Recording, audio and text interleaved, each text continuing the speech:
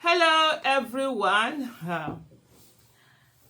Like I said earlier, I don't know what they are trying to do, that they are distracting our attention a lot, but some issues have to be said no matter the distraction that is going on. Because at the end of the day, injustice to one is injustice to all.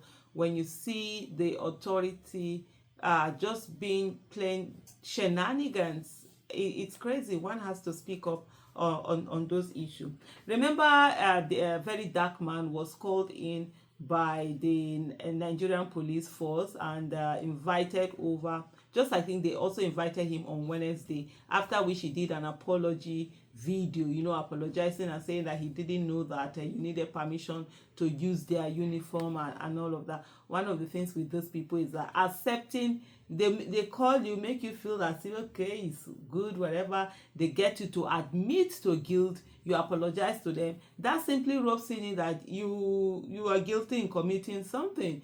You understand? So most times, when I see people that are like, why are you even apologizing to those people and whatever? What is it about the uniform, that someone has worn a uniform, he's out there, he's either doing a movie or skit? That's what they're focusing on, that people should not portray them in certain lights. Why are they not focusing on not doing those things that people are portraying them in the lights of? I know I just got a glimpse of this particular skit that VeryDarkMan did, and I don't think I saw anything there that even portrayed the police in any whatsoever way.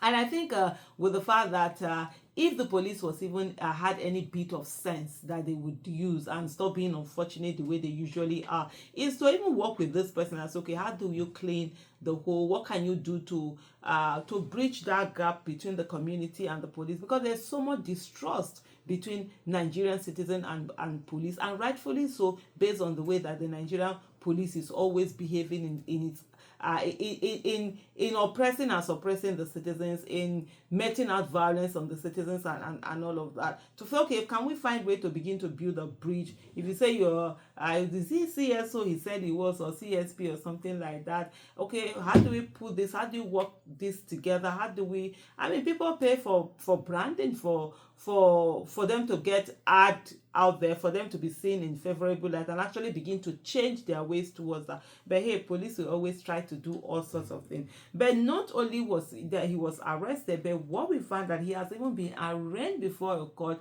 and has been given bail of, is it 2 million naira? Meanwhile, if I remember correctly, this particular person who had assaulted a boat driver was reported to have been given a bail of 500,000 naira, and then VeryDarkMan is given a bail of 2 million naira because of what, that he wore uniform. Please, Nigerian police is actually wasting public funds, public money, yes, public funds on chasing shadows and inanities and what rubbish it is that they think they're doing with this whole VeryDarkMan case. But Sahara Reporter say has it, a Nigerian blogger, VeryDarkMan, granted 2 million naira bail on stringent terms over alleged impersonation, unauthorized use of police uniform.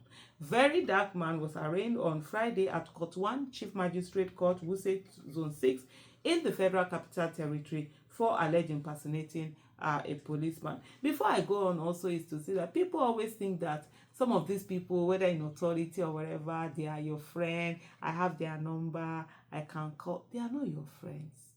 Don't think they are your friends. Keep your distance. I'm not saying you should not associate with them or do, but don't ever get into a place where you're thinking, oh, these people, they are my friend. No, they are not. They look for a way, they curry favor by coming in contact with you, make you feel this sense of importance, that oh no, you as almost as if you're one of them, or you have access to them, and they'll be like, oh, they are not, they are accessible, they are not as bad as still people say they are, that kind of thing. They are not your friends. If they have any opportunity to break you, scatter you, finish you, they will do it.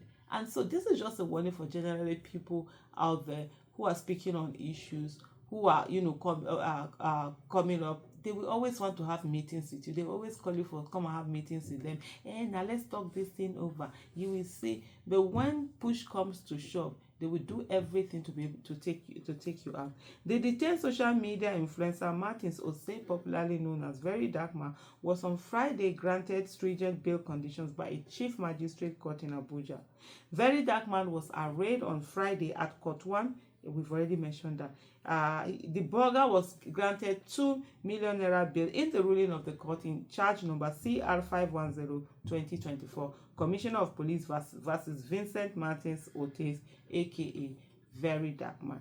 Also, the bail conditions include the provision of 2 shorties in like terms as shorties are to deposit their passports with the court. I'm just trying to check the. So if you are a shorty, you deposit your passport. That means you can't travel. You want to travel, you want to do anything, you can't. The shorties must reside within the court's jurisdiction, particularly Abuja Municipal. Shorties are also to provide means of identification and depose to the affidavit to provide the defender during trial at all times. The court also ruled that the prosecutor should verify the shorties' addresses, while the shorties will also provide their utility bill. The court also ruled that VeryDarkMan will depose an affidavit that he be available at all times during trial. Earlier on Friday, the Nigerian Police Force said in response to recent development, VDM, whose real name is Mr. Martins Ose, said to appear in court following allegation of impersonation relating to the unauthorized use of Nigeria Police Force uniforms in a viral social media video. And then now they will now have the video of his apology and admitting that he didn't know it was wrong, blah, blah, blah, blah, and they will have it to back up themselves. That's something I don't even understand why these people apologize. These people, police are looking for who to be used as scapegoat. That was not the same way, Bobrisky went to be saying that he pleaded guilty in a court. I was like, why are you pleading guilty to what? That you sprayed Naira, did you mutilate Naira? I've always said selective justice is injustice. If you want to prosecute everybody, let the same brush be used on everybody. Not that some people it will be used on them, other people it will not be used on them. Human rights has nothing to do with whether you like someone or you don't like someone, whether you think what someone has done is morally right or wrong. I don't care if you like change your gender. It's God that created you and also gave people the ability to change your gender for you. If God didn't want it, he wouldn't have made you in that way. It's none of my business, between you and your God. Whatever you do, whatever people do, it's between your morality or whatever is between you and your God. But that human right of people we must ensure that it's upheld. Human right is human right. Whether you like the person's choice, you don't like the person's choice, whether you like the person's behavior, or whether you have any beef with the person, that's not the issue. When it comes to human rights, it must be accorded unconditionally. The FCT Police Command is actively handling the case, underscoring the Nigerian Police Force's commitment to upholding the integrity of its symbols and preventing their misuse. All unnecessary long story as far as I'm concerned. It's just absolute nonsense. And for me, it's really despicable the way that the Nigerian Police Force is busy wasting public funds on chasing shadows with this whole VeryDarkMan case. I've seen Nigerian policemen and women being killed by terrorists, bandits, criminals, and all of that. Yet the Nigerian Police Force don't stand up with this kind of power to go after those who are killing their own men and women. It just talks about misplaced priorities that the Nigerian Police Force has. Thank you so much for watching.